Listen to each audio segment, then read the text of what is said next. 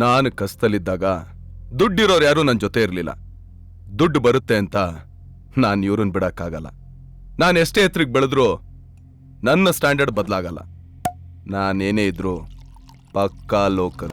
ಅನ್ನ ಕೊಡೋ ವೃತ್ತಿಗೆ ಅವಮಾನ ಆದಾಗ ನಿಂತ್ಕೊಳ್ಳೇಬೇಕಲ್ಲ ಸರ್. ಸರ್, ಒಂದು ಬಿಲ್ಡಿಂಗ್ ಇರ್ಬೋದು, ಒಂದು 5 ಸ್ಟಾರ್ ಹೋಟ್ಲೇ ಇರ್ಬೋದು, ಒಂದು ಮಾಲ್ ಇರ್ಬೋದು, ಅಷ್ಟೇ ಯಾಕೆ ಒಂದು ಮನೆ ಕಟ್ಟೋ ತನಕ ಕೂಲಿಯವ್ರು ಬೇಕು. ಆಮೇಲೆ ಅವರೇ ಕೀಳು. ಕಟ್ಟೋ ಕಾಯಕ ತುಂಬಾ ದೊಡ್ಡದಲ್ವಾ ಸರ್?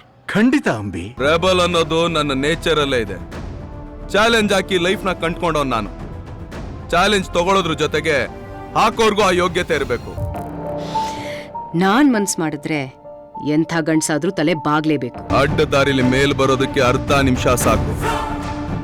ಆದ್ರೆ ನಮ್ದು ಹೆದ್ದಾರಿ. ನಾನು ಹಾಳಾಗ್ತೀನಿ ಹೊರ್ತು ಅಡಿ ಹಾಳಾಗಲ್ಲ.